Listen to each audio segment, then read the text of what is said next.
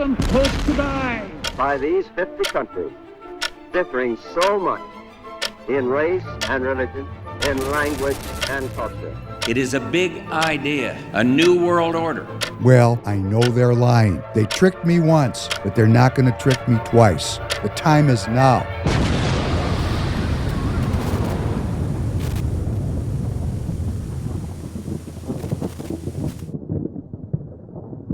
Good evening and welcome back to the Professor Penn podcast. David Penn, so glad to be your host this Thursday evening, June 26, 7:30 p.m. Central Standard Time for episode number 216, The Propagandists.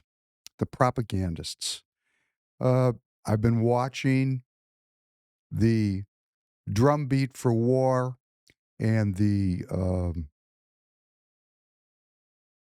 incessant haranguing by Mark Levin, which I've tried to ignore, has finally gotten on my nerves to the point that we got to talk about propaganda. I watched Mark Levin many years ago, started watching him back when I used to watch Fox News. This goes back a long time. Sean Hannity, another neocon shill, calls him the Great One. And, he's got his thing going on there on Fox News, and he's ensconced, got a big audience. At one time, he seemed to be a fairly thoughtful practitioner of media, but he has descended into complete propaganda. And I want to just use his recent bang drumming, his drumming for war as a way that we can think about how we can avoid being manipulated. I had a very good teacher of mine who used to say that when it's for the good, it's influence. When it's for the ill, it's manipulation. And that's what propaganda is. But before we go there, I want to just play a piece that I found on X that was very meaningful to me, and I hope it's meaningful for you also. We're just going to start out with something a little different. Please play number 1. Good morning, Tanner. Good morning. My doctor says it's okay to exercise, but when it becomes a strain, you better quit. Man, your doctor don't know what he's talking about. That's what you want to do, strain. You want to run until it pains. You want to run until your toe feels like sandpaper. You want to run until it feels like you're going to throw up. You want to keep running till your legs are paining, until you're going to die, you're going to fall out. You got to run until your stomach feels like it's going to burst, till your heart starts pounding. You want to quit. Feels like you can't go another inch, can't go another step, but you keep going. What kind of man is that? You should just go until you want to fall out in your tracks. And then after that, you've only gotten about halfway through because... Well, that's great, isn't it? That's the incomparable, the one and only Muhammad Ali talking about training. And I'm coming through something in my life now, and I want to share this with you. I've been going through a very difficult period of time because the focus that I've put into starting this media company with Royce at this point in my life has taken a lot of energy, a lot of time. I'm working harder than I've ever worked before in my life, and at a time in my life when most of my peers have retired. And of course, it's taken away from the tire business, which then puts that into stress, which was already in stress because it's in what they pejoratively call the small business section of the economy, which President Biden and his ilk decided to destroy, intentionally destroy, which the Fed is continuing to try to intentionally destroy the small business or the economic freedom section of the economy. How do they do that? They're keeping interest rates high when inflation is low. It's an assault on economic freedom. Doesn't hurt Walmart, doesn't hurt Costco, doesn't hurt Amazon. But boy, if you have a privately owned business practicing self-governance through economic freedom, they're clipping your ass out. So it's been a very difficult period of time since 2020. So I've been going through all this and, you get down and you feel like your throat's sandpaper.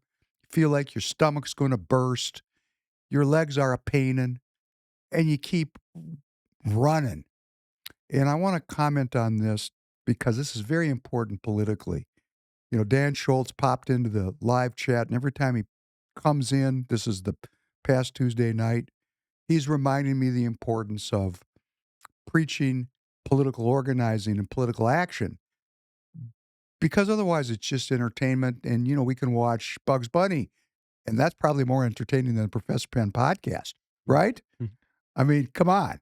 You know, let's be straight about it. But we're doing this for a reason. I'm doing this with intent, which is to get people off the couch into the game, to help people get organized.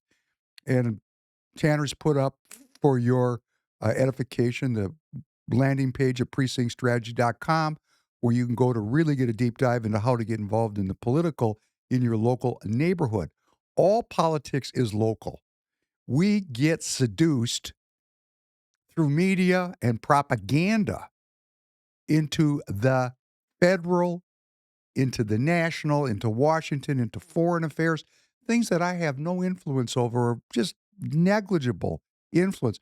I probably have a little bit more than the average citizen because I have this growing platform with lots of people listening to me, and so I do get to comment on the national and the international, and I have a lot of experience in that area.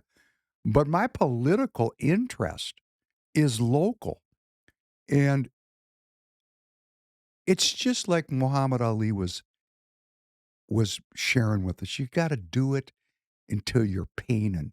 It's not easy. That's why the neocons, that's why the worst people in our society have taken over our political infrastructure, because they took the time, took the trouble, goes back to time immemorial. We don't understand how it all happened because it happened in such a vast system.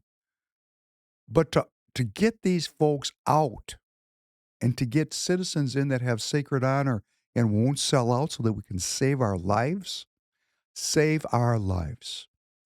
You got to really have intent. And there's a Chinese concept. It's one of the key concepts of Chinese philosophy. It's called Jin. The Koreans call it In.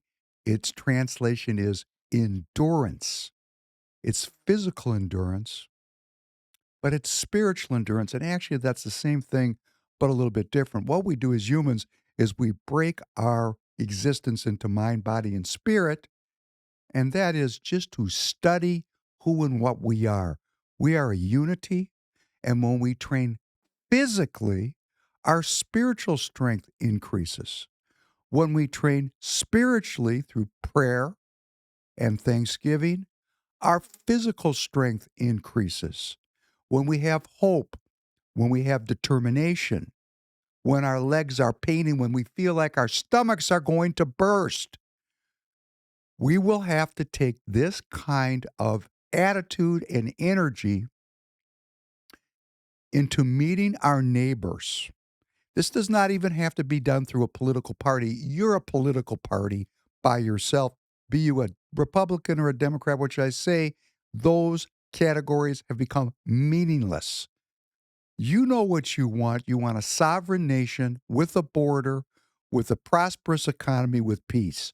We need to find those candidates in our local area, down to dog catcher. And every candidate that is a sincere, honest, hardworking public servant deserves our interest. We meet them, we determine that we trust them, and how do we go to work for them? Well, there's a lot of ways, but the most important way is to get out the vote in your neighborhood. Now, you can join the Republican Party or the Democrat Party, but let's just talk the Republican Party because more of those people believe in God, and that's a place I feel more at home than in a socialist, communist group of people that are atheists. And let me just say, okay, people say, well, it's not socialist and communist. I have my own definition for that. Yes, we can get into a long argument about what these different ideologies mean economically. For me, no God, communist. Very simple. So there's more people that have some faith in the Republican Party, in my opinion. So you join your local Republican committee. How do you do that? You just go knock on the door until they let you in. You must knock. Don't tell them what you believe. Just say you're a Republican and you want to elect Republicans. They are not entitled to, nor can they demand you to tell them that you believe in this, that, thus, or so. You're just there to elect Republicans. Then you join your local committee or you become the local precinct captain, the basic, most fundamental building block of America's republic, the precinct, your neighborhood. And then what do? You go meet your neighbors. Oh, that's really a pain, isn't it? In the old days, this is before me.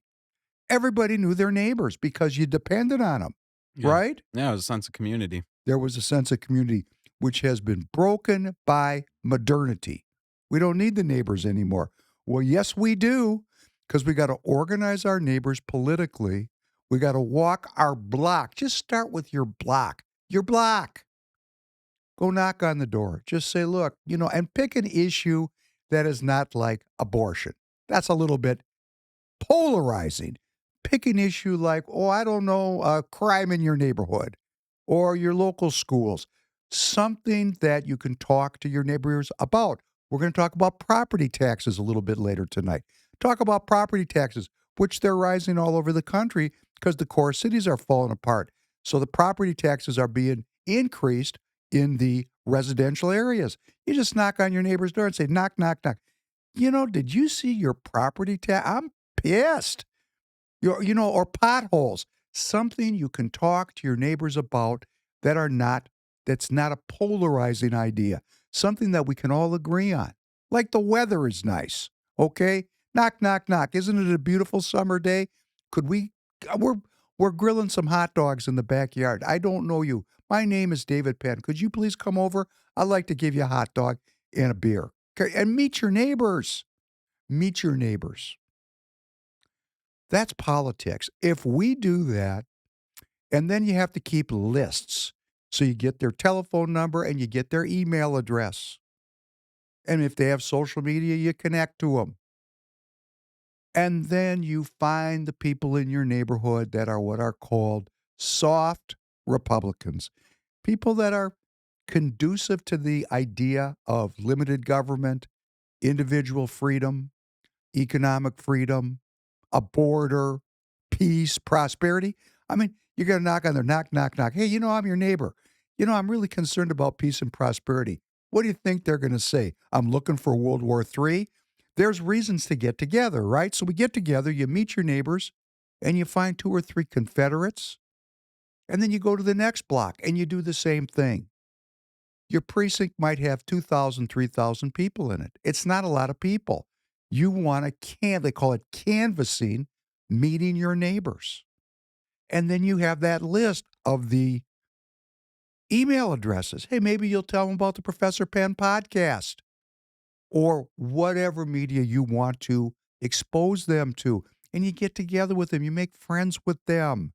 You organize your neighborhood. And then when we get to the primary elections of 2026, where we got a chance to turf out liars like Lindsey Graham in South Carolina, now you know all your neighbors. And you just send out an email and you say, hey, primary's coming up on Tuesday. Let's all go vote together. You've created a community of people working together to make your neighborhood safer, more beautiful, more prosperous, healthier for the individuals. It's up to us. And you say, well, people do that. I called somebody last night, made this offer, didn't get in. I talked to 3 people this week trying to enlist them in my neighborhood, which is Minnesota, and 2 out of 3 enthusiastically embraced working in this regard. One person wasn't sure. Well, that's the way it goes. They're free not to. I'm not there to judge people that don't want to. I'm there to find the people that do want to. And if you're in Minnesota, Tanner, could you put up Caucus Counter-Attack? You know, I'm going to get to this very soon where you're going to start getting emails from me. We're going to start getting together. Go to roycewhite.us. Royce White, an incorruptible political phenom here in Minnesota, which I would like to see win and go to the U.S. Senate. You go to his website, roycewhite.us, Senate 2026. Scroll down off the landing page, and you're going to see this module, Caucus Counter-Attack. Put your information in there, and we're going to get organized. And it's about who wants to do the work. Who is going to run until your legs are a-paining? Who's going to run until you feel like your stomach's going to burst? Who's going to run until your throat feels like sandpaper? Muhammad Ali is a tremendous inspiration for me. Tremendous. And then he says, when you get to that point, you're only halfway through the course. Well, let me tell you what that means. If you do this work, you're going to be healthier. You're going to be psychologically refreshed. You're going to be spiritually renewed. Because to give over to the philosophy of republicanism is to find redemption. That's the point of the philosophy. Self-governance, and this is the process thereof, doesn't happen in a vacuum, doesn't happen by itself, happens because of you. Another way to say it, are you willing to pick up your cross and bear it? Because this is the giving over of these times.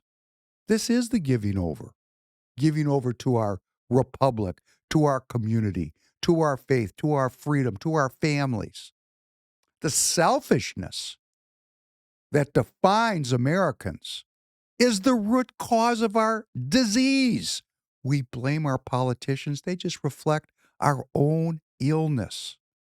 So republicanism is a path of healing. To do this is healing. You'll be stronger. You'll be healthier. You'll be happier. You'll have purpose and meaning. The sins that you carry with you like a black bag or a black cloud over your head, they'll dissipate. Not because you went to therapy twice a week for 20 years, but because you became a new person. It's called a baggage drop. Until you become a new person, those things won't go away. You have to become new. As they say, you have to be born again. That's the baggage drop. You become a new person. You become a new being. You have a new meaning. So this is far from door knocking. Door knocking is the daily practice, like praying. Meeting your neighbors is the daily practice, like going to the gym and lifting weights.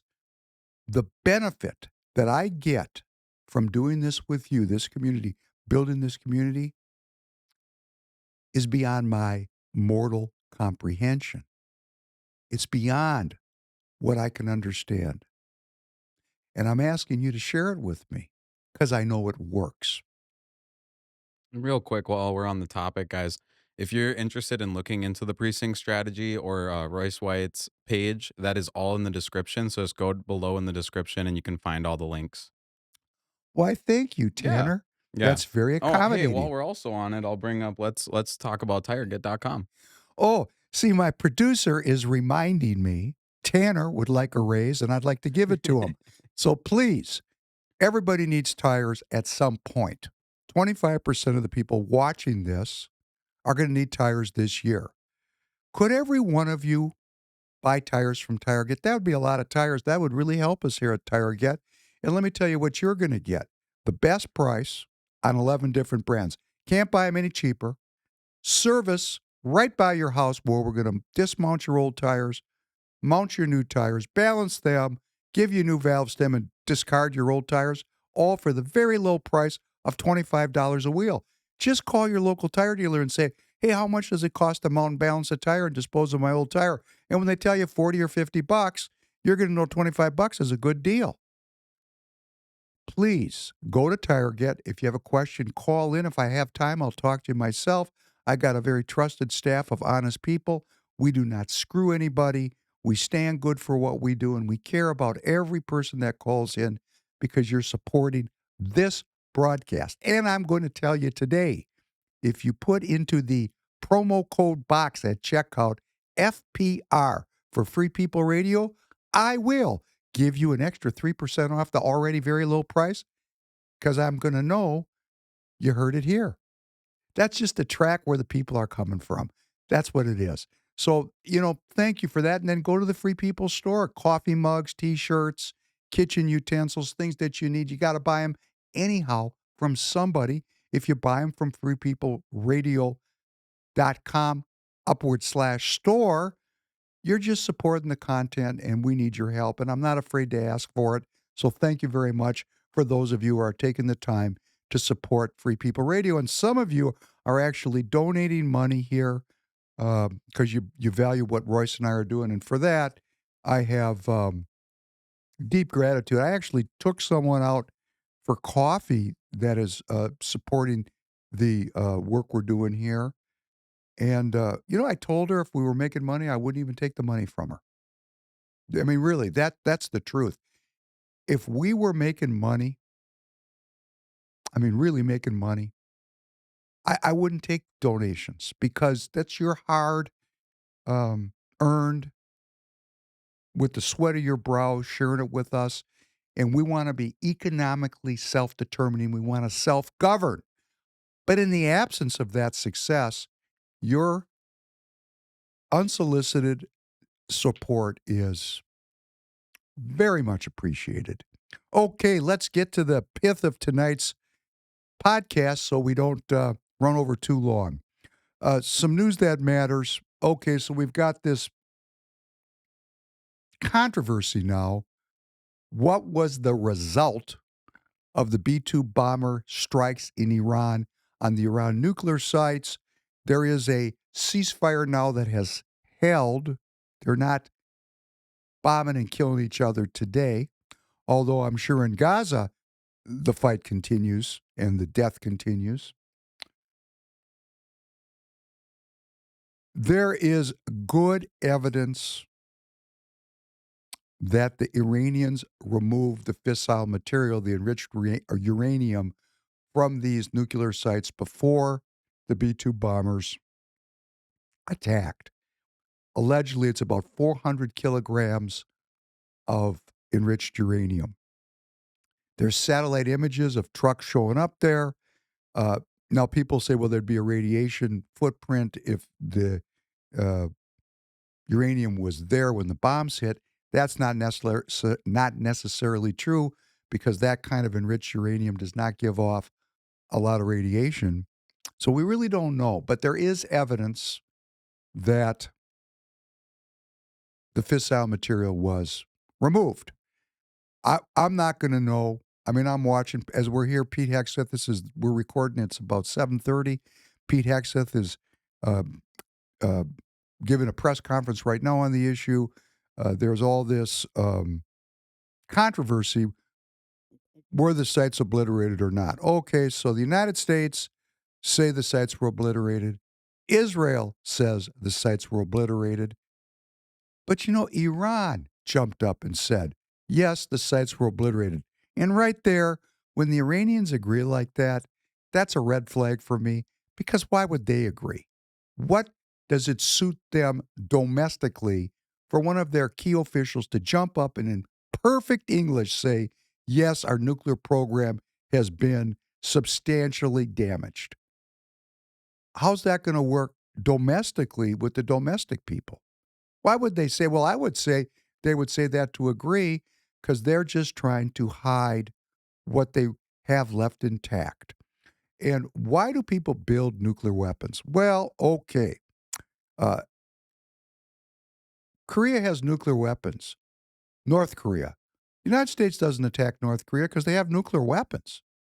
Pakistan has nuclear weapons and India has nuclear weapons. They attack each other from time to time, all the time, and everybody freaks out because it could become a nuclear war. Two nuclear states fighting each other. Gaddafi gave up his nuclear weapons program and met a very ugly end. Saddam Hussein gave up his nuclear weapons ambitions, and the Israelis bombed his reactor. This goes back into the 80s. There's no more Saddam Hussein. He swung at the end of a rope. So when states that do not participate in the globalized architecture of politics and economy, they're resistors. When they don't participate, they get conquered. When they have nuclear weapons, nobody wants to mess with it because that's very expensive, right? So the Iranians want nuclear weapons because they want their regime, their theocratic Shia Muslim leadership wants to survive.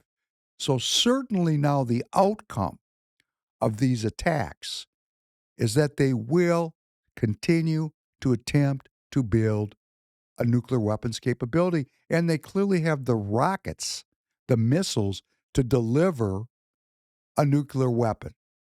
So this problem is solved for today. Will it reemerge as a problem in 2 months or 2 years? I don't know, but it's going to come back as a problem. Now, there is an undercurrent of unverified reports that the regime in Iran is under pressure and may collapse and may be replaced by something else, hopefully something not worse. But the goal of this from the beginning has been regime change. And the regime has not changed. In fact, President Trump yesterday, and this is a little bit like giving someone the sleeves out of your vest, told the Iranians and the Chinese that the Chinese could continue to buy Iranian oil, which was under sanction and at any time could have been a big problem. In fact, there's a bill and there is senatorial efforts to start to sanction countries that buy Russian oil, could be Iranian oil, and President Trump has said, don't mess with the oil. And why would he say that? Well, because President Trump has been told by somebody who's read a history book, or maybe he read the history book, and I don't think he's dumb like they say he is on MSNBC. He may know the history. You want to start a war, cut people's energy supplies off because you've backed them into a corner. And Tanner will tell you, as a woodsman, you back a chipmunk into a corner, and it'll bite your hand off. Is that not a true statement? Oh yeah, no, that's true. Yeah, Right. the smallest things are aggressive if you corner it. You can't corner stuff. No. You want to corner a country, cut off their energy supplies because the people are going to go crazy. Could you imagine? Have you ever lived through an energy crisis? You No. haven't, have you? No. I fingers crossed I don't. I'm pretty sure I'm going to. Well, when I was first driving, there was another war in the Middle East, 1973. I was a young kid, 1973. Egypt. It was called, I think this was the Yom Kippur War, they called it. On Yom Kippur, which is the highest, most reverent holiday for the Jewish people, the Egyptians and the Syrians attacked. Kind of a failure of intelligence, but actually it'd be like we were all sitting around, having our Christmas dinner, and the nuclear bombs started dropping on the United States of America.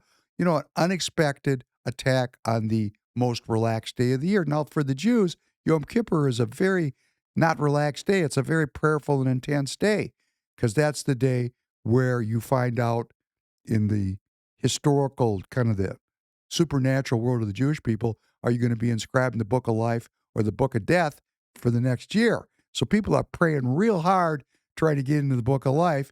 And voila, here comes the Egyptians. And they made lots of progress, and it was a big deal and a big war. And President Nixon, under the advice of Henry Kissinger, started a huge airlift to resupply the Israelis, and they bailed them out. But there was an Arab oil embargo, an embargo. That means they weren't shipping any oil. And we were at that time dependent on the imports of foreign oil. And, I remember I was going out at the time. I mean, I was driving a really crappy vehicle.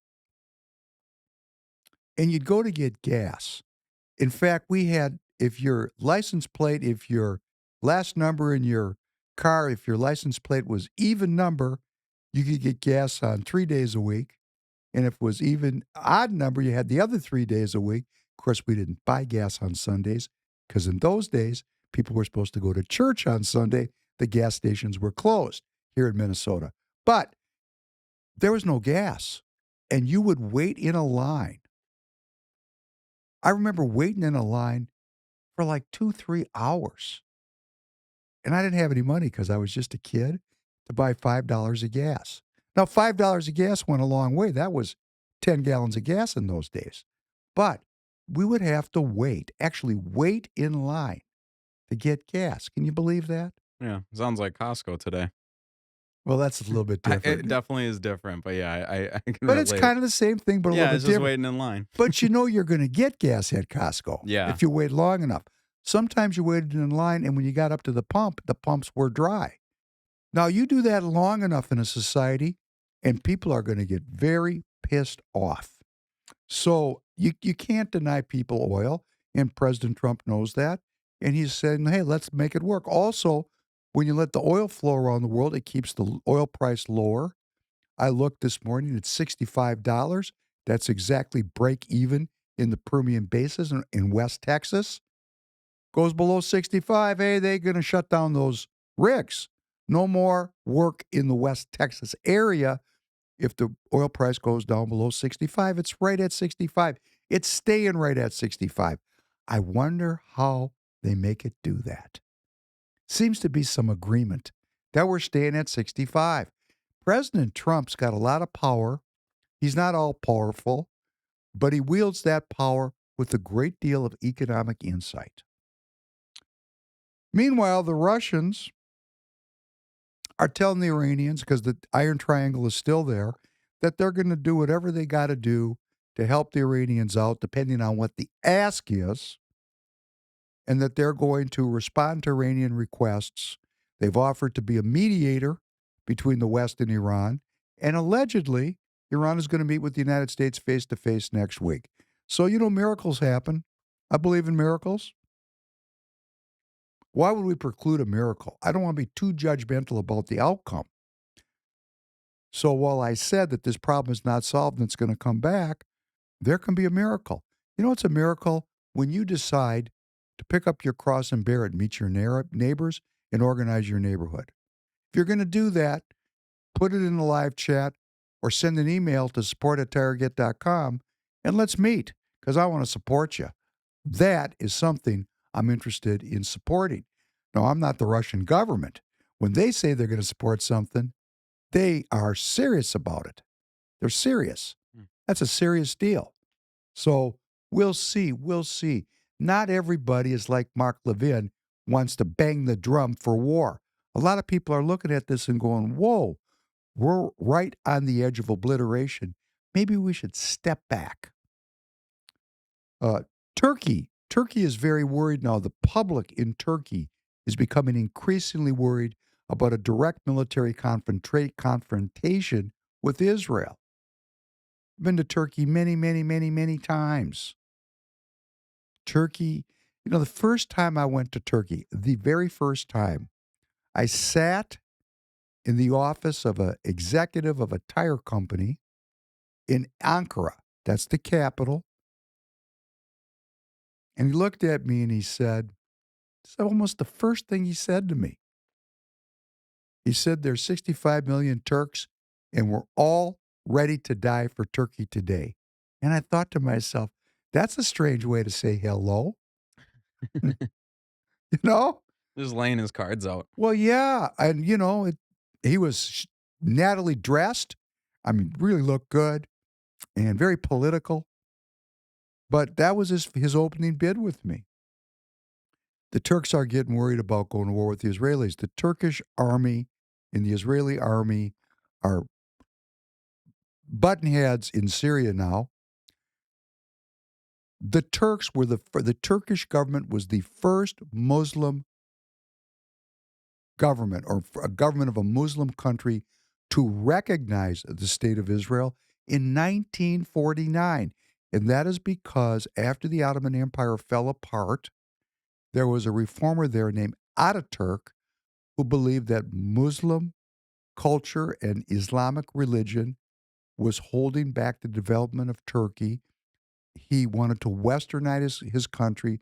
He looked at the fall of the Ottoman Empire and he laid blame internally that the country was behind the West technologically, socially, politically, and he modernized his country in his mind in a Western model, and that went for a very long time, and Turkey became a very close ally of the United States, and Turkey has the second largest military in NATO behind the United States, and Turkey uses that military, and it's a very organized society, a very militaristic society with a big defense industry.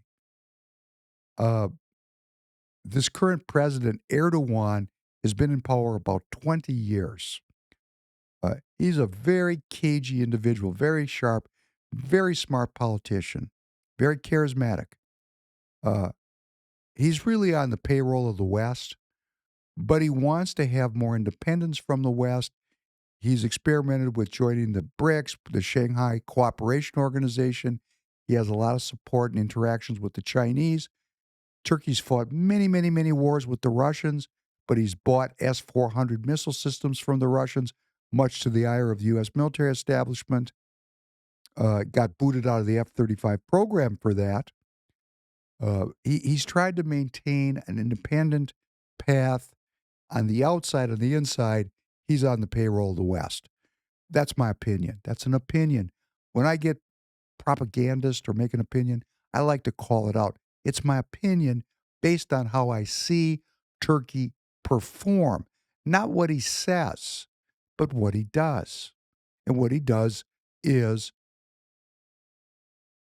carry out the dictates of the globalist Western security apparatus, of which he is a part. But he has an Islamizing country. He has used Islam. I don't want to say he's used it. That's not right. He has reestablished the primacy of Islam in Turkey. He's taken the educational system, which after 20 years is a long time, and he's taken it from a secular, he's gone the opposite direction of Horace Mann, who created progressive education here in the United States, which means the progressives removed religious education, something we're going to talk about just in a minute. They removed it from the public here in the United States, from the public school systems. He's gone back the other way. He's taken the public school system in Turkey and reintroduced Islam as its organizing feature. So he has been moving the country more towards Islamicism. And now he's got 80 million people there, and they're more Islamic than any time in my lifetime. And here's Israel doing its thing in Gaza, and boy, that brought out millions of people into the streets of Turkey. Now, the Turks are Sunni Muslims, the Iranians are Shia Muslims.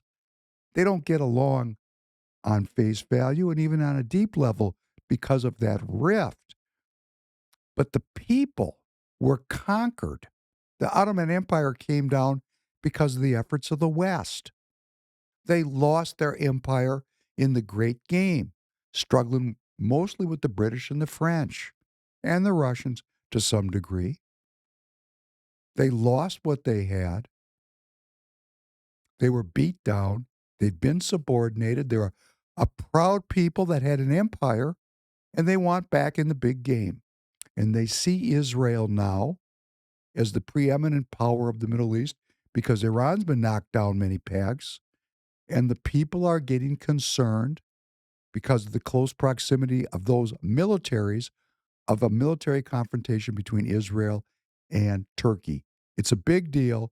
These are two cornerstones of Western political military strategy, and they're at odds.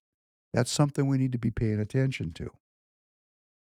These are the kind of things that lead to regime change, because after all, whose regime is going to change? All right, moving right along, because the news that matters is so powerful every week. On a happy note, under the executive order of President Trump, the National Institute of Health has ended all gain of function research. What do you think about that, Tanner? That's pretty good. Yeah, so just so I understand this right, the gain of function research was what allowed the Wuhan lab, right? Part of it. Part of Yes. it. That Yes. that kinda just letting people test with stuff so then we understand how it works. Here was the philosophy.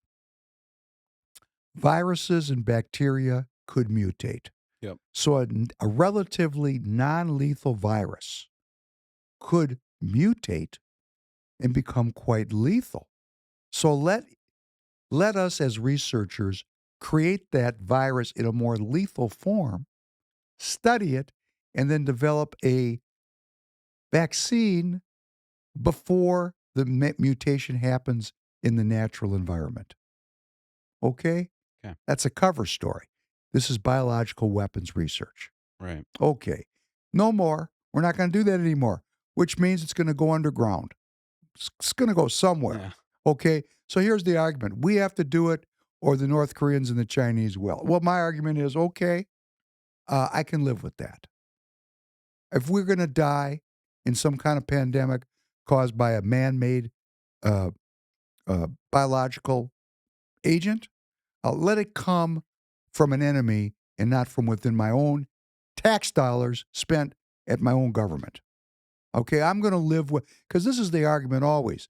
There's going to be a gap. There's a missile gap. In Dr. Strangelove, there was a mine shaft gap. There's a biological research gap. There's an AI gap. You know what? I'd rather live with the gap because the gap is used to manipulate me in a propagandist way to support research that is anti human. And I'm not into that. So that's allegedly over. President Trump issued an executive order. We'll see how that plays out over time. President Trump has another executive order, and he's called for about elections, and he's calling for a special prosecutor to investigate potential election fraud in the 2020 U.S. election. So, President Trump is not giving up on this election issue, and I can't verify one way or the other, but I'm seeing reports, I'm even seeing pictures and allegations that the government of the United States intercepted 20,000 fake IDs, driver's licenses, and it just was swept under the rug, allegedly sent here by what they call communist China, and that they, so quote unquote, communist Chinese were also putting ballots over here, fake ballots. I don't know. I mean, we're in the area where we got all this information, and I'm almost to the point where I need to see definitive evidence delivered in a court of law that I can look at the evidence, in an open court. And I mean, I want to see indictments and prosecutions, not necessarily that I want to see people hang or go to jail. I mean, that needs to happen when people break the law. That's our system. The going to jail part. That's I not, wanna clear that for you because how you said that almost sounded like you're saying the hanging part should well, be. sometimes people do get hung. They just killed a guy yesterday in Mississippi. He'd been on death row for like 40 years. So, I mean, we do execute people in this country. Yeah. Okay. That's not what's of most interest to me. It's a lot of interest to some people. Yeah. For me, I want to read the evidence. I want to read evidence introduced into a court of law. We still have a functioning system, rule of law. I read those evidentiary documents, that those pleadings. I read those, and I tend to have put more faith, more, my discernment tells me that's much more real, that I can hang my hat on it, than a post on X. I'm very suspicious of what I see on X. In fact, a lot of times I'll see something on X and I'll go right to Grok and I'll say, Grok, is this true? And Grok will say, no. But how do I know Grok's true? The Yeah. whole thing's getting a little sketch, right? Oh, I have a funny story about Grok real quick. So I was making this thumbnail, and sometimes I'll use Grok to generate just like background images. And I was envisioning this scene of two militaries fighting, and then this looming politician in the background. A faceless politician is how I wrote it. And this is around the time that Elon and Trump were starting to fight. And so I didn't name any names. I just said a politician looming in the sky, no facial features, just like, a suit and the pin and everything. All the pictures were depicting the politician as Donald Trump. Great. Thank you, That was Grok. so, yeah. Use Grok with some caution, I guess. That we got to use everything with caution now. Yeah. Discernment is critical. Uh, a bombshell for me. Texas will require, based on a new law that was passed and signed into law by Governor Abbott, Texas will require all public school classrooms to display the 10 commandments. That would be from the Old Testament. That'd be the Jewish book, for those of you who are anti Semitic.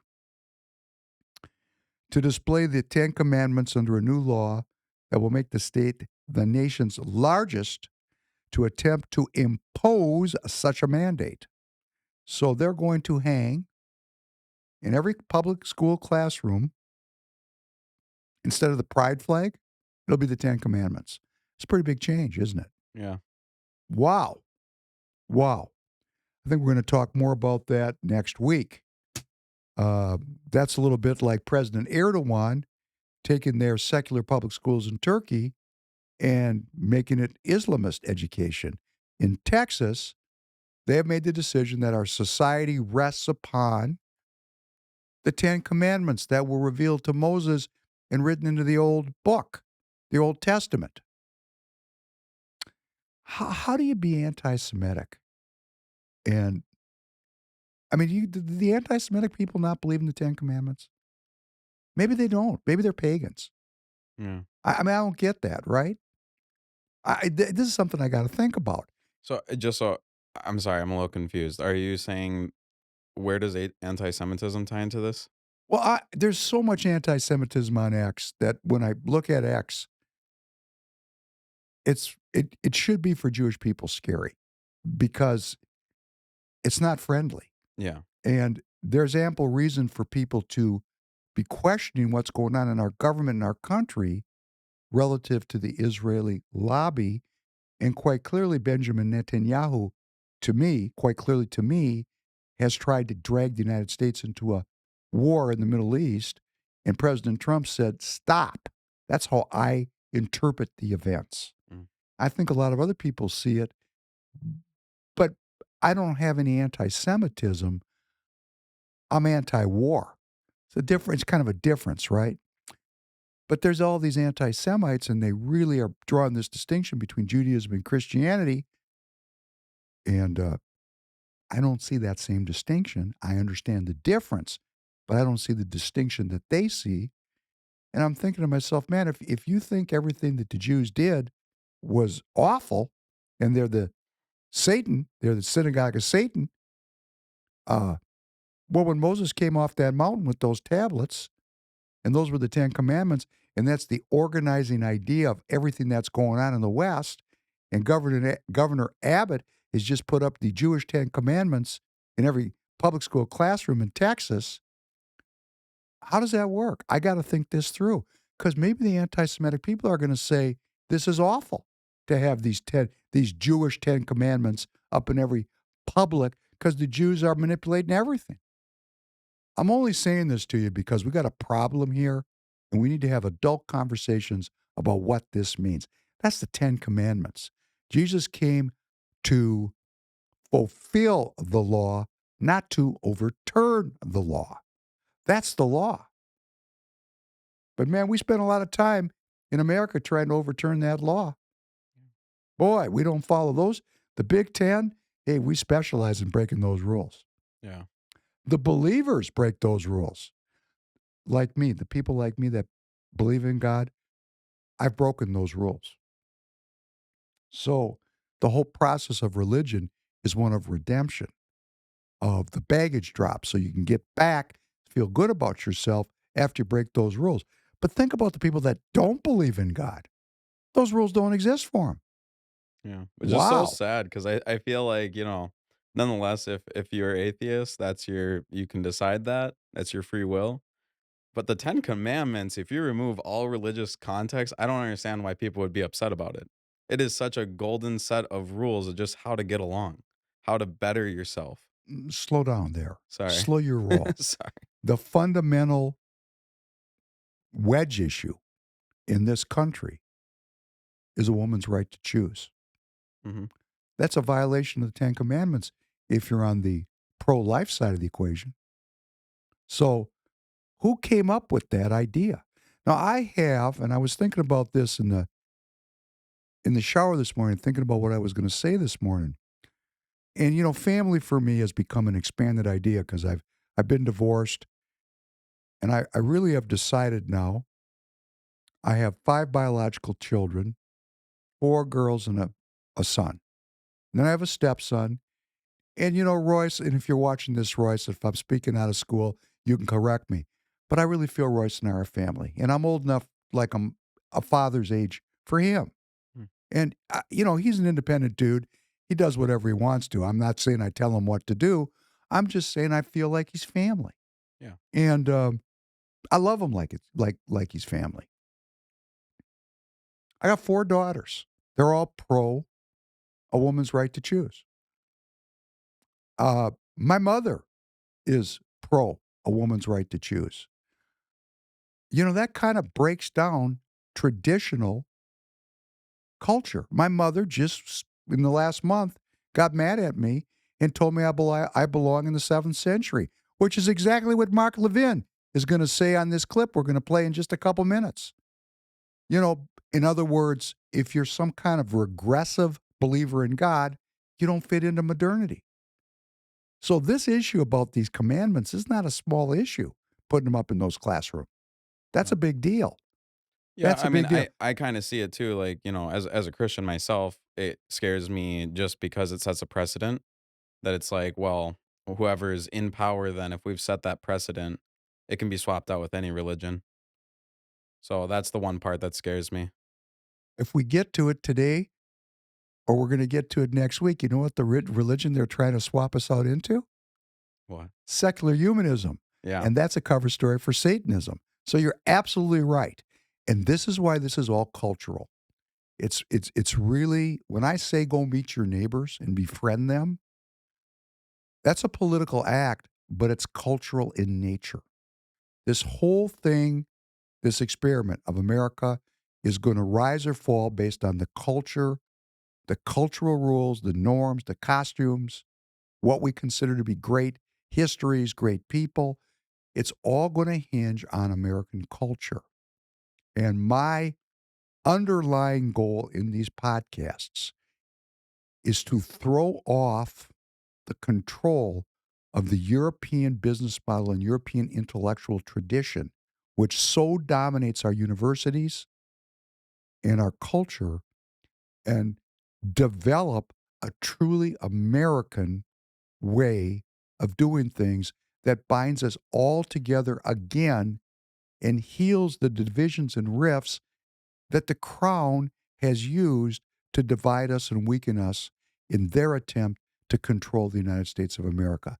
That is the paragraph that underlies what I'm trying to do here. Here's something of interest to me because I'm 65. Boy, I loved reading this because I'm depending on this program. People think I'm rich. No, I'm depending on Social Security. Social Security program faces a financing shortfall that, if left unaddressed, would slash millions of retirees' crucial monthly benefit payments in just 8 years. I will be 73. The deteriorating financial outlook for the retirement program, which supports roughly 61 million Americans, was released in its annual trustees report this past Wednesday.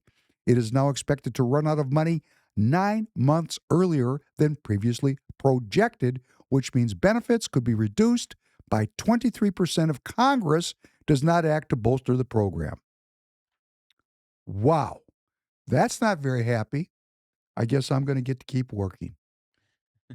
I'm going to work until my legs are a painin', till my stomach feels like it's going to burst, until my throat is like sandpaper. So I'm dependent on Social Security, but I'm going to keep working. And here's another one we were talking about. What does this mean politically? We've destroyed our inner cities. When I say we, That'd be Republicans that abandoned the inner cities to the communists. Every major inner city, every one. In New York, did you see what happened in New York in the Democrat primary? No, what happened? Andrew Cuomo, the former governor, a kind of liberal, Mhm. whatever that means, was defeated by a 33-year-old communist, a communist, not a kind of a hidden communist. No, he Self-proclaimed. self-described. Like one of his key points of his candidacy was if he becomes mayor of New York, the city of New York, the city is going to open up grocery stores, just like the Soviet Union. Hmm. Wow. I hope they like their porridge. Free transportation. Very good. You know, one thing about communism, we can all be poor. We'll all be poor together. But this is going on in every major city. The core cities have been abandoned by the Republicans. Uh, and there's a very ugly racial component to this. And if you're watching me and you're black, you know it's true that there's white flight out of the cities that goes back into the 70s. The core cities were abandoned. And the Republican Party here in Minnesota has absolutely abandoned the core cities of Minneapolis and St. Paul. Abandoned. There's nothing there. There's a Republican committee in Minneapolis led by a racist and an anti-Semite named Sean Holster. And why do I say that? I got his tweets. I got his posts where he just spoke in a very openly racist and anti-Semitic way. He wrote it down. It's there forever. Republican Party of Minnesota didn't get rid of him. He's leading a completely ineffective organization. They're Democrats calling themselves Republicans. They don't do anything. The core cities here, Minneapolis, could elect a mayor coming up as communist as this potential mayor in New York City. That's because the Republican Party is not effective. I couldn't even get people to go with me in the 2024 cycle. I went into the core city to door knock and to drop literature, and I could only get 3 people to go with me. Everybody, then people were very honest about it. No, I'm not going in there. It's dangerous. Dangerous? You mean during daylight you can't walk around in a city and meet people and say hi to them? You know, I'm going to tell you, and I said this one other time, was very interesting to me. I talked to a lot of black people because, I knock on the door and talk to them. They were all very kind to me, friendly. And I said, hey, do you know there's a black man from your city running to be senator here in Minnesota? His name's Royce White. Most of them knew who Royce was. Some didn't. He tell me about it. It was great. I had a great time. It was great. I knock on this door. There's some leftist white people living in that community. I knock on that door, and man, those people were mean, not interested in talking to me at all. I don't know if that's cultural. I don't know what that was. I don't know what it meant. I want to talk to everybody. There's a guy here, maybe he's watching me tonight. He goes under the acronym of Bob Dobalina. And Bob, that's not his real name. We don't know who he is. He has been extremely cruel to me on X. I don't block him. I don't block people because, hey, sticks and stones will break my bones, but names will never hurt me.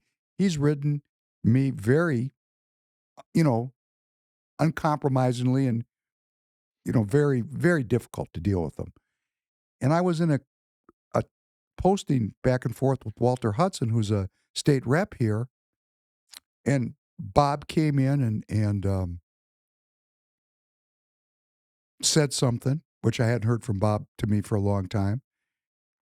And I said, Bob, good to hear from you. Good morning. Thank you for your opinion. And he was actually very kind coming back at me. And I just want to say, if you're listening, Bob, let's keep it up like this. We don't have to agree, but we can certainly disagree in a civil, kind way and learn from each other. There's this other guy, I think his name's Julius Hernandez. I told him I'd debate him. I said, direct message me. He never did it. He was very disrespectful to me. He doesn't even know me. And this kid's still wet behind the ears. And where I come from in my culture, if you're 25 years old, you have some modicum of respect for 65-year-old people that you don't know. I was in a Republican Party meeting. There was a guy named Joshua Coburn who was a chaos agent in the Republican Party, and he was trying to push something through in this committee I was on. And there was a very, very beautiful lady, Norma Fredericks. She's about close to 90, she must be, still active, running until her legs are a pain. Her stomach's going to burst. She's got sandpaper in her throat. She's still doing politics. She's close. She's in her 80s for sure. And she's just a little, she must be 85 pounds, 90 pounds. And Joshua Coburn's 240 pounds. This guy's big and heavy, ponderous, clumsy. And he started rolling on this old senior woman because they were disagreeing politically, really pushing on her. And I said, stop, Joshua, stop. This isn't about politics now. This is about culture. We're going to respect senior people who are a third of your weight. What are you doing? We have to have that kind of respect. That's a cultural norm, a fundamental. So, Julius, I'll debate you, but I'm not going to chase you. I gave you an opportunity to connect with me. I want to talk to you also in a civil fashion. What Royce does, if Royce wants to roll on you folks and bang on you, Royce is his old man. Go ahead, Royce. Call these people out in your own inimitable style. For myself, my own idea here is we're all Americans. We're in trouble. The water's getting hotter every minute, and there's going to come a point where we're going to have to figure this out or not. So let's figure it out together. Not a big deal. Just talking to each other. And one of the things, Julius and Bob, is the core city in Minneapolis is coming apart at the seams, and the tax burden is going up on people that own single-family homes, many of them who are leftists, because I was knocking on their doors, and when their tax bill goes up and their services go down, who are they going to blame for that? Because we got an all-Democrat administration. We got a leftist city government. Everything's leftist. So this core city's coming apart at the seams. Tax bills are going up. Social Security's underfunded. Where are these people going to go? I mean, who are they going to blame when they can't afford their house and there's no Social Security? I don't know. Let's play number 2, please. In modern Jewish history, and it begins with 3 words. Dear Lord Rothschild. Dear Lord Rothschild, I have much pleasure in conveying to you, on behalf of His Majesty's government, the following declaration of sympathy with Jewish Zionist aspirations, which has been submitted to and approved by the Cabinet. Why was it that this letter was sent by the Foreign Secretary to your great-uncle Walter? It's an interesting question because it was primarily a movement from Eastern Europe, but they didn't clarify who was in charge of that movement. And in addition, it was, after all, in Great Britain. So they felt that the Rothschild family should be the one to whom it was addressed. Stop it, please. Stop it, please. Okay, this is a Rothschild of the alleged Rothschild banking empire, which is alleged in conspiracy theory. Again, can't prove it, and I don't want to be a propagandist. Involved in the central banks of almost every country in the world. I've read that this family has a net worth of $500 trillion. I have no idea if that's true, but here's a little bit of evidence, and I wanted to bring this out. We played this in the last podcast. This is Rothschild talking about, well, why was this Balfour Declaration addressed to a Rothschild? Dear Lord Rothschild. And he said something so interesting. He said that Zionism, the movement to create a national entity called Israel, that movement came out of Eastern Europe. Came out of Eastern Europe because that's where the Jews were that were living in what is called the diaspora. That's where my family came from. We came from, my father's parents came from the Ukraine. My mother's family are called what's called Litvaks, come from the Baltic states. They got out of there because the discrimination was so terrible it was impossible for Jewish people to live in Eastern Europe. And of course, it culminated with the Holocaust, and the people that didn't get out got clipped, right? That's what happened. So uh, there was an awareness in that community that they had to get out of there going back into the 1800s. And these were very, very poor people. Poor. These people were dirt poor farmers. They lived in what was called shtetls. And when we're talking about people that had a cow in the backyard and they were eking out a living, these people were not wealthy people. And there was a modernization in Europe and industrialization and education, and some of these people left their traditional families, which were deeply rooted in traditional Jewish practice. And if you're an anti-Semite, you're going to say Satanist. Wrong. I grew up with these people. There was nothing Satanist about it. Zero. These people prayed 3 times a day to God, same God, in my opinion, same God. They didn't find Christ, but they're praying to God. Now, you could say that makes them Satanist. I just think the timing is off. The timing is not yet, because these people will discover Christ in time. Who's going to recognize Christ? You know, a secularist who doesn't believe in God at all, or someone who's praying to God and searching for truth? Searching for truth. I want you to think back about the information war and think about what it was like 2,000 years ago. You could be 50 miles away from where Christ was walking, and somebody says, hey, there's this dude that's healing the sick. He can walk on water. What you going to say? Hey, Tanner, I saw a guy, and this guy could turn water into wine. And what are you going to say to me? Yeah, I'd call bullshit. Right. So you got 50 miles can make the difference. A lot of folks miss the truth. That's why I say it's the search for truth. The search. These people are searching for truth. That's my family. That's why I became who I am. But some of the kids said, man, I don't want to be poor. And they broke off and went to the cities and went to university. And guess what happened when they went to university? They became Marxists, because the original Zionists were Marxists. The 3 top people that started the state of Israel, the famous names, Theodore Herzl, Chaim Weizmann, David Ben-Gurion. There's good documentary evidence that none of them believed in God, but they did believe in the cultural traditions of the Jewish people. They believed that the Jewish people needed a homeland. They were culturally identifying as Jews. And one of them trucked off to England, one of these great leaders, which we'll see his face in a second, and he appealed to the Rothschilds for money and power. The Godfather. They went to see the Godfather. And the Godfather said, one day, and that day may never come, I may call upon you for a favor. There was a deal made. We don't know what the deal was, but the Rothschilds were in the banking business. They're not doing things without a quid pro quo. There was a quid pro quo. We just don't know what it was. And this is why I'm playing this again, because we just played it on the last podcast. There was no leader from the Rothschilds' perspective and from the perspective of the British government. There was no leader of this Zionist movement. So they addressed it to the Rothschild family. They gave, Dear Lord Rothschild.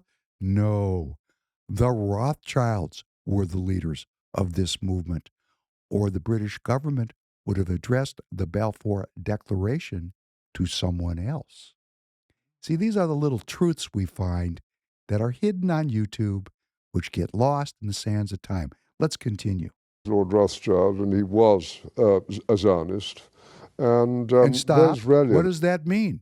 The Rothschilds were funding the establishment of the State of Israel. They were funding the movement of people that would be immigration, just like we have immigration here in this country. They funded the movement of Eastern European Jews into, guess what it was at that time? It was the Ottoman Empire.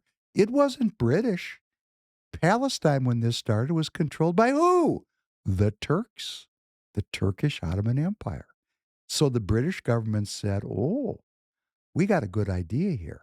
We'll take these really poor Jews that are getting hammered in Eastern Europe. Our bankers, the Rothschilds, will fund their mass immigration into Turkish Palestine, and we will have a way to break our antagonists, the Ottomans. Isn't that interesting? That's a strategy. Well, they perfected it, and they're using it again in 2020 to 2024 when some 10 to 15 million poor, dirt poor farmers from Central and South America poured across the border. Who funded that? Who thought that there needed to be a new state in the United States for these people, to create a new nation for all these sufferers? You see, when this history is written 200 years from now or 100 years from now, if we lose this country, it's going to sound just like this. Dear Lord Rothschild. Let's continue. For the background reasons. So Walter received the Balfour Declaration, and I have a copy here. And I wonder if I could possibly ask you to read it for us. Yes, indeed. Yeah. I'm going to put on my spectacles to make sure I read it accurately. His Majesty's government view with favour the establishment of Palestine as a national home for the Jewish people, and will use their best endeavours to facilitate the achievement of this object, it being clearly understood that nothing shall be done. I want you to think about what he's saying. His Majesty's government view with favor the establishment in Palestine of a national home for the Jewish people.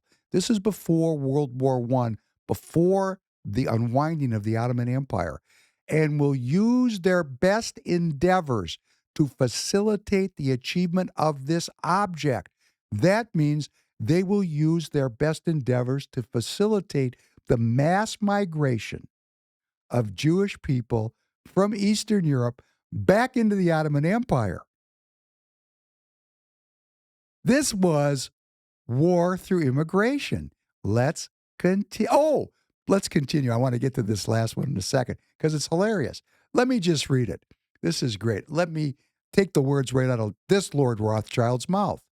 Will use their best endeavors to facilitate the achievement of this object, strange word, it being clearly understood that nothing shall be done which may prejudice the civil and religious rights of existing non-Jewish communities in Palestine. That was the whole point of the object. The whole point of this entire thing was to prejudice the civil and religious rights of the existing non-Jewish community, which was the Ottoman Empire and Islam. Wow. Isn't it great to discover these little nuggets they leave on YouTube for researchers to discover? I mean, when I read stuff like this, I think they've just left this here to fry my brain. Let's continue. Which may prejudice the civil and religious rights of existing non-Jewish communities in Palestine, or the rights and political status enjoyed by Jews in any other country. I should be grateful if you would bring this declaration to the knowledge of the Zionist Federation. Yours, Arthur Balfour. Stop. Okay, this is a room in this dude's house. Tanner, do you have a room in your house like this? No. Think about this. I mean, I don't know what this painting is, but it's probably priceless. And then he got a display case in the house with the actual Balfour Declaration. This is not a museum. This is the guy's house. This is where the guy lives. Let's continue. And here it is, the Balfour Declaration. What do you feel when you see it here? I genuinely feel it's one of the most extraordinary moments in the history of the Jewish people. If you think it took 3,000 years to get to this, and then you say, how did this miracle happen? It's the most incredible piece of opportunism. I mean, if you think you had an impoverished... Stop. The most incredible piece of opportunism. I'm trying to even understand what he means by that. Yeah. The most incredible piece of opportunism, like a miracle. It's just incredible. It's incredible that the Rothschild family, who was doing the banking for the crown, they handled the money, came up with a plan to finance the mass migration of poor socialists and communists into an Islamist country to take it over. It's just incredible, isn't it? What a great idea. Let's continue. Would-be scientist, Chaim Weizmann, There he who is. somehow Stop. gets to England. Does that guy look like he's a religious Jew? No, this guy looks like a Marxist to me. He almost looks like Vladimir Lenin, doesn't he? Doesn't he look just like Vladimir? In fact, could Chaim Weizmann and Vladimir Lenin be the same guy? I've never seen them in the same room. Look at that. And look at the look on his face. This guy looks like a radical revolutionary. Man, unbelievable. That's the guy right there. Now listen what Rothschild says about this guy. England, meets a few people, including members of my family, seduces them. He has such great charm and Stop. conviction. He seduced them? He seduced. I want you to think about how ridiculous this is. This family is reputed to be worth $500 trillion. For example, they control the gold trade at the Bank of England. Today, to this day, every time gold trades, they take a piece of the action. And they seduced these people. These people are not seduction ready. You don't seduce these people. These people put you on their payroll. Do you understand? Yeah. You know, like if you and I go and sit down with somebody worth $200 billion. Yeah, and what am I going to say that's going to convince them to do something else? Right. They want to use you. Yeah. It's a user-usee, but who's really in the driver's seat? That's why the Balfour Declaration was directed to the leader of the movement, Lord Rothschild. Let's continue.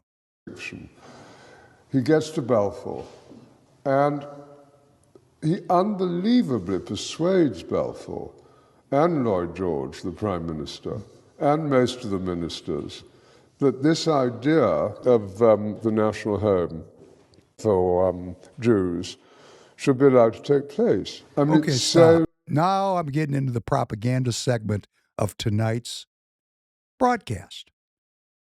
He unbelievably convinced the arch enemies of the Ottoman Empire of a plan to destroy the Ottoman Empire. No, it wasn't that difficult. This is what you call revisionist history. They're trying to paint a picture about this. They're wiping the fingerprints off of the weapon of immigration. Let's continue. So unlikely.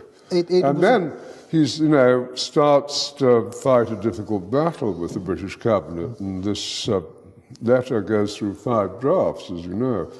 And in the end... Stop. You know, sometimes I write emails to people. It takes me 10 drafts to do it, to get it crafted just right, to get the right manipulation, or as we like to say, influence. Because if it's for good, it's for influence. And if it's for bad, it's for manipulation. This thing, when you really think about what's going on here, the British government has said in this Balfour Declaration that it will use its best endeavors to facilitate the mass migration of Marxist socialist Zionists into a Muslim country controlled by the Ottoman Empire with the sole intent of beating the Ottomans. That's what went on here.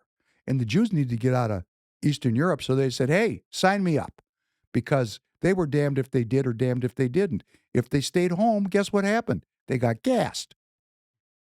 So now we're getting into how mass migrations get organized at very senior levels. Things don't happen. If it happens politically, it happens for a reason. Who was in the room when this 10 million person migration to the United States was initiated and facilitated by Catholic charities, Protestant charities, Jewish charities, and all the other NGOs that were bringing these poor sufferers into the United States? And for what reason were they bringing them here? What was their reason? Because there is a reason. And the reason is you destroy an existing political structure when you have a mass migration like this. It's been done before. This was the beta test. It worked great, didn't it? Let's continue. comes out as a rather compromising letter. I mean, the essential point is there for the Jewish community to fasten on to. You have the first bit, which promises a national home rather than the national home, and then you have the bit that nothing that's to be done should in any way harm the Arab community. But Okay, you come stop. back to Now we got this Balfour Declaration all figured out. This is a bullshit story of the highest order. The entire point of this exercise was to prejudice the civil and religious rights of the existing non-Jewish community. That's why the British government got behind this. You think a bunch of British people loved a bunch of Old Testament Jews in Eastern Europe? No, they didn't. They used them like a weapon.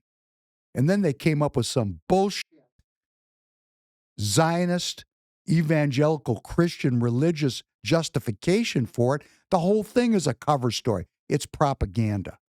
Propaganda. Very eloquent, very thought through, very deep manipulation of the world at the most profound level we're ever going to see. Well, let's look at some cruder and more present examples of this. Let's start out with number 4. All right, as we continue tonight to monitor the situation in the Middle East, joining us now and our coverage, the host of Life, Liberty, Levin, nationally syndicated radio talk show host, #1 New York Times bestselling author. We call him the Great One, Mark Levin. You know, Ted touched on this, but, you know, you wrote this column. By the way, very nice picture in today's, let me see if I got it, New York Post. There's your face right there. So there it is. Very nice, yes. Very nice. Beautiful. But you talk about isolationism. Donald Trump's never been an isolationist. He's been calling for Iran not to have nuclear weapons since 2011. We've been able to trace it back that far, and all throughout the years as we played over and over again.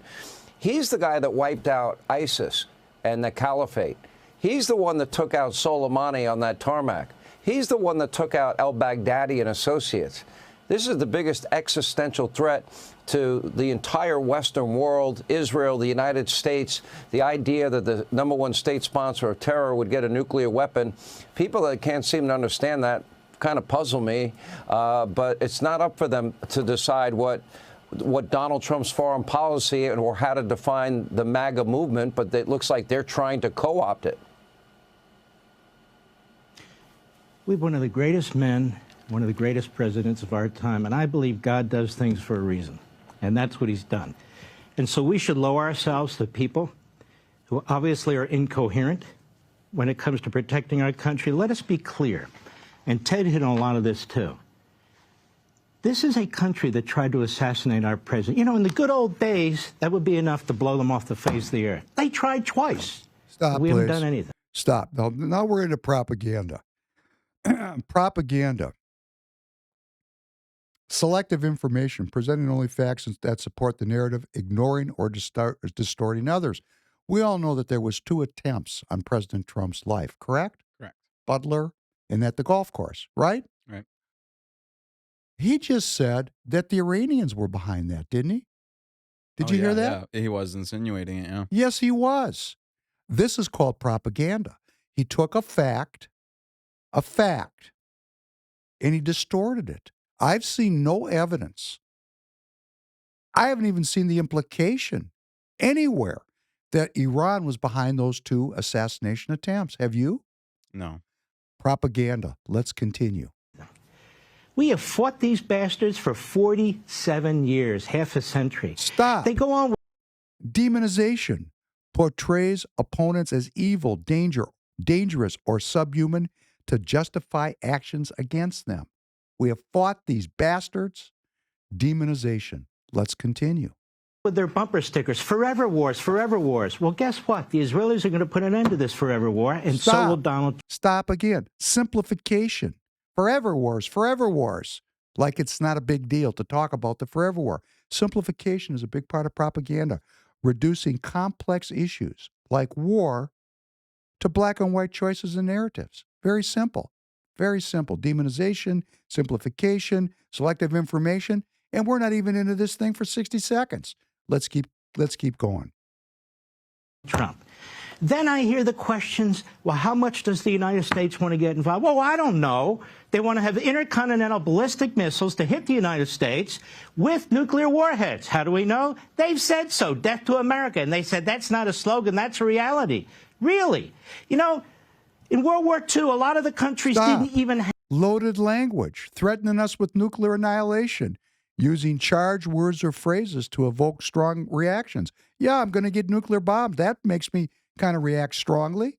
And let me just say, the total military budget of Iran last year was $7.9 billion. $7.9 billion. Ours was $1 trillion.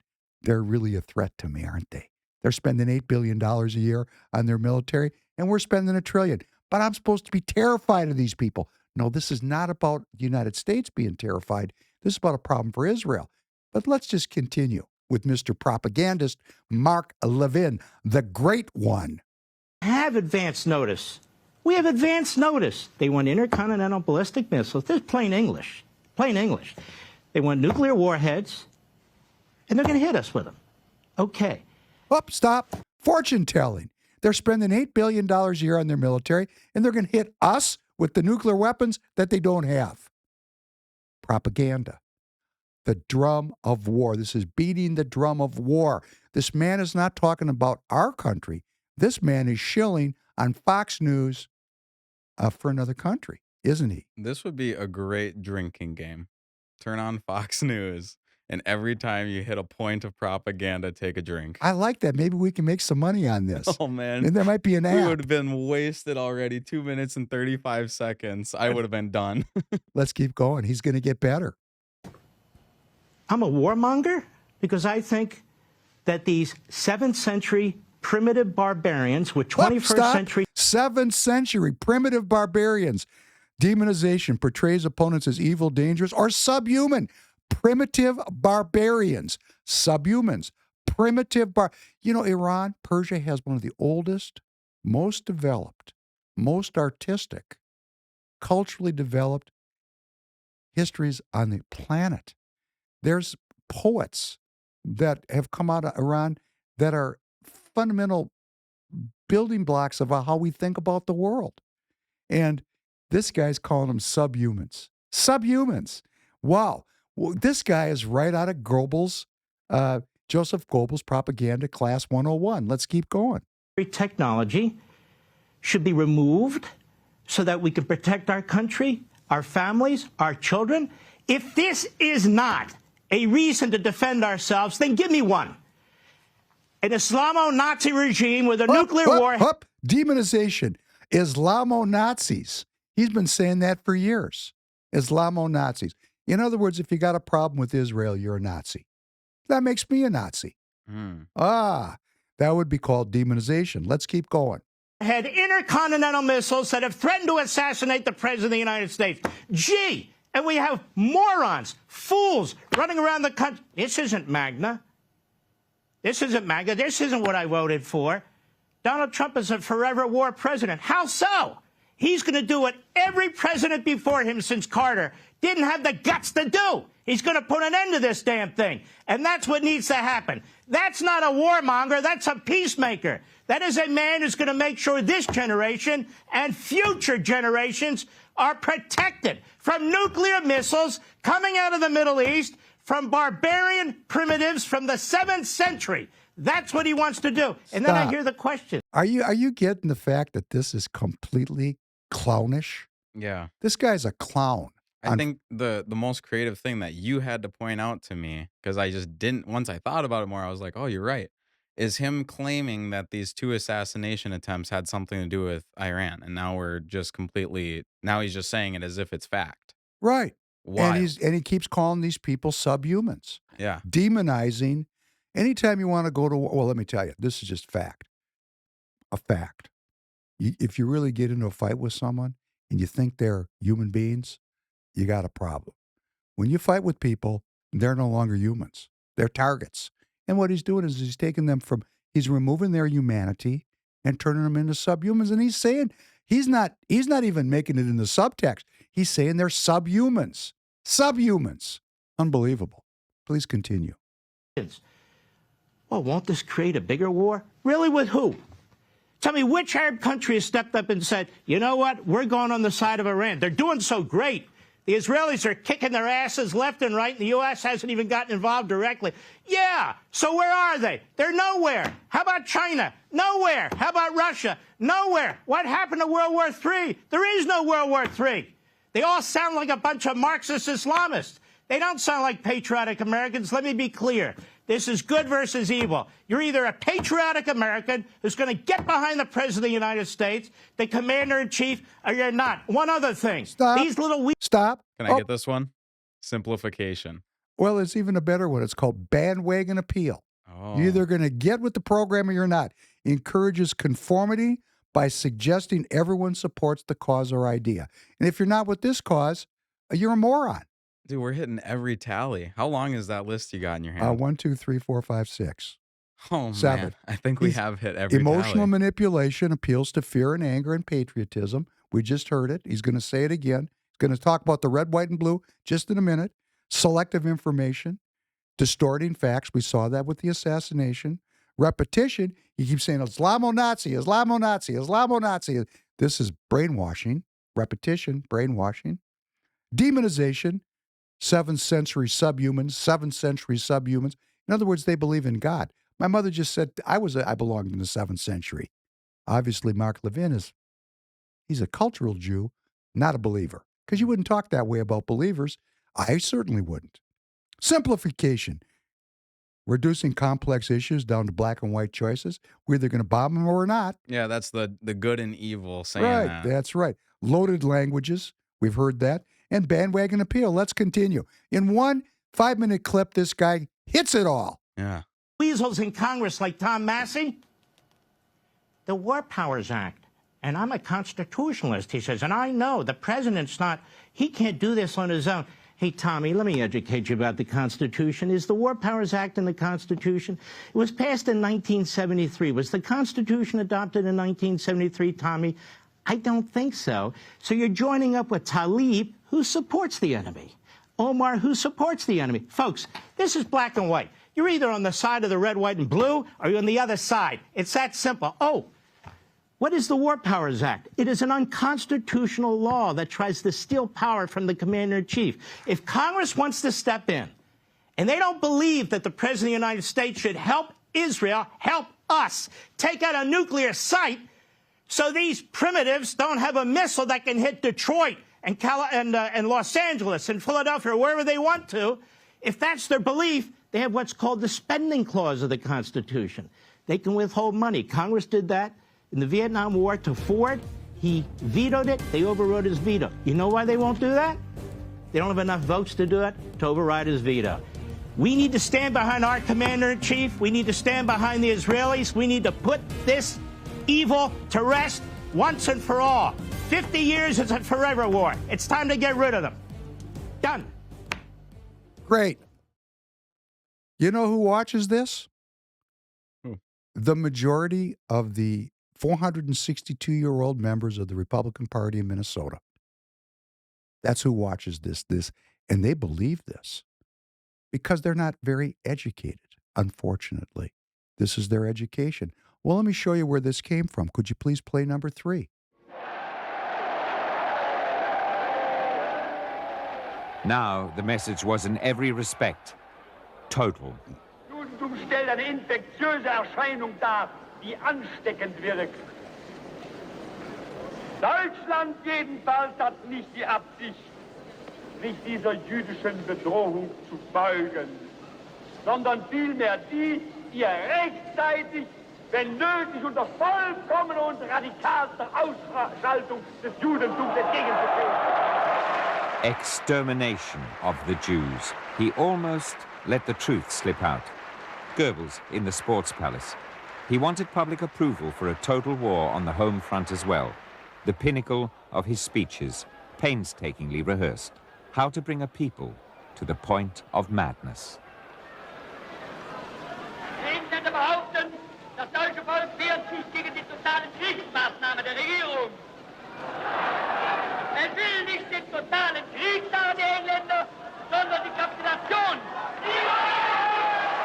mittlerweile war aber eben auch in der Zuhörerschaft das so geschürt worden, diese, also erstmal unschuldige Frauen und Kinder und den Volkskörper verletzen und unsere deutsche Heimat mit Bomben bedecken und so. Das hatte ja schon die Wut natürlich auch in der Zuhörerschaft gesteigert. Und als dann die Fragen kamen und die Brüllerei erstmal losgegangen ist, dann war das nicht mehr kontrolliert.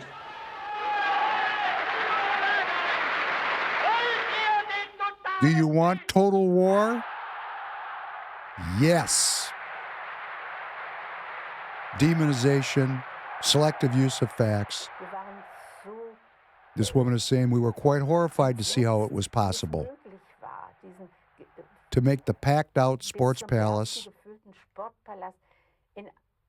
wild with enthusiasm with the question, do you want total war? Yes, yes, the crowd shouts. It was an awful experience. We stood paralyzed. You know, people that had brains. Someone who was with us said, clap, you've got to clap. You've got to fit in. Do you want it to be more total and radical than we can possibly imagine today? Yes! I couldn't imagine how it could possibly be more total than the war was at that time. Were we never to sleep or eat again? Were all the soldiers and civilians to die? It couldn't get worse. It was already horrendous. Now rise, people. Storm break out. That's a famous line. If I had ordered them to jump from the roof of a tall building, they'd have done it.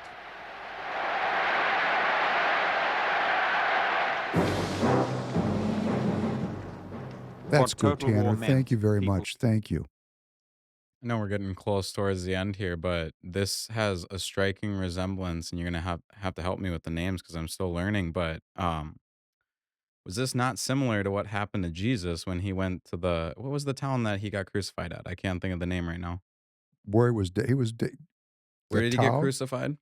Golgotha, I think it was, but he was in Jerusalem. Jerusalem. So Yeah. like when he walked in, all the civilians were like, thank you, thank you. They're laying out palm leaves for him. And then not even 24 hours later, they were wanting him dead. This has a striking resemblance to that. I don't know. Am I going crazy? No, whatever you say, I'm going to think about it over the weekend Yeah, because we're running it's out of time, and I didn't get through all of the propaganda issues. And we're going to come back to this because we can't be susceptible to this. We've been manipulated as the American people by propaganda the entire period of time we've had a country, and it's become progressively more effective with media. And it requires the search for truth, the search for truth. So I'm just going to read something, then we're going to wrap it up for this week. And I want to thank you for being here. We're going to come back to this on Tuesday because I didn't get through all of it. Watch out for false prophets. They come to you in sheep's clothing, but inwardly they are ferocious wolves. By their fruit you will recognize them. Do people pick grapes from thorn bushes or figs from thistles? Likewise, every good tree bears good fruit, but a bad tree bears bad fruit.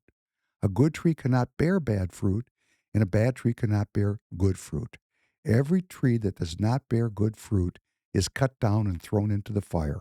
Thus, by their fruit, you will recognize them. That's not propaganda. That's the search for truth. And we're going to have to understand how propagandized we are. We're going to have to develop discernment and independent thinking and communities in our neighborhoods where we can talk with people. We're going to have to learn to talk to each other with eloquence and respect. We don't have to agree. We have to talk and search together to break out of a business model where a government, the British government, which specialized in the exploitation of people all over the world. It was a colonial empire. That's what they did. They overrode the rights of native peoples and exploited them. That was its business model, and goes through 5 iterations of a letter to come up with a cover-up story for a mass immigration plan that they hatched using the poor sufferers of Eastern Europe to overturn the Ottomans' control of Palestine. And those, to me, are facts. To me, that's my opinion. Very, very much my honor to be here with you. You see me trying to discover these things myself in front of you. I'm urging you to do the same thing. If you come to different conclusions, many of you know when you write to me, I write back. Sometimes I write back at great length. We're working on this. We're trying to free ourselves. Free your mind. Thanks very much, Tanner. Thank you. Of course. Look forward to seeing you all again next week, God willing. Have a good night, everybody.